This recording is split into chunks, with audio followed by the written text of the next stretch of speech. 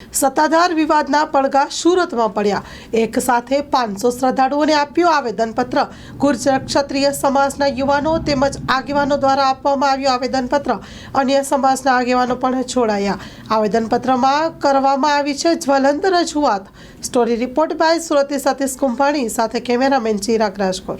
ગુર્જર ક્ષત્રિય યુવા સંગઠન પ્રમુખ કલેક્ટર કચેરી આવવાનું કારણ છે કે છેલ્લા કેટલા સમયથી જે સત્તાધાર વિરુદ્ધની અંદર ષડયંત્રો જે ચાલી રહ્યા છે, મીડિયાને ભ્રામક માહિતીઓ આપીને જે પાયા વિહોણા જે આક્ષેપો લગાવી રહ્યા છે, એનાથી કરોડો લોકોની આસ્થાને ઠેસ પહોંચી છે।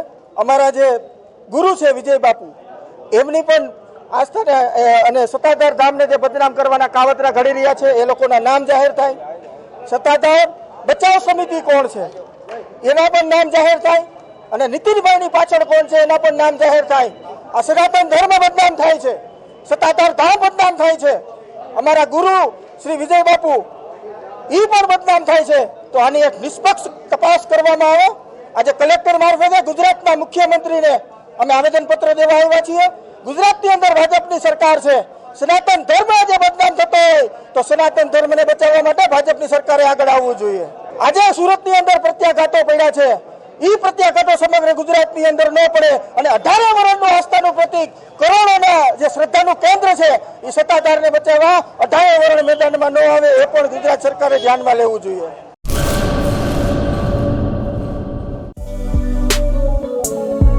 શ્રી અનંત ગૃહ ઉદ્યોગ રાજુભાઈ શાહ અને અર્ચનાબેન ચાવડા દ્વારા ગૃહ ઉદ્યોગનું સંચાલન હવે અમદાવાદમાં। કચ્છ ભુજની પ્રખ્યાત હેન્ડમેડ ખાખરા અને રોટલાના પ્રખ્યાત ગૃહ ઉદ્યોગની વસ્તુનું વેચાણ હવે અમદાવાદમાં।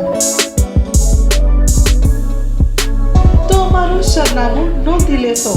વસ્ત્રાપુર તળાવ પાસે અમદાવાદ, શ્રી અનંત ગૃહ ઉદ્યોગ। Mobile number 9825225038। શ્રી અનંત ગૃહ ઉદ્યોગ હવે અમદાવાદમાં।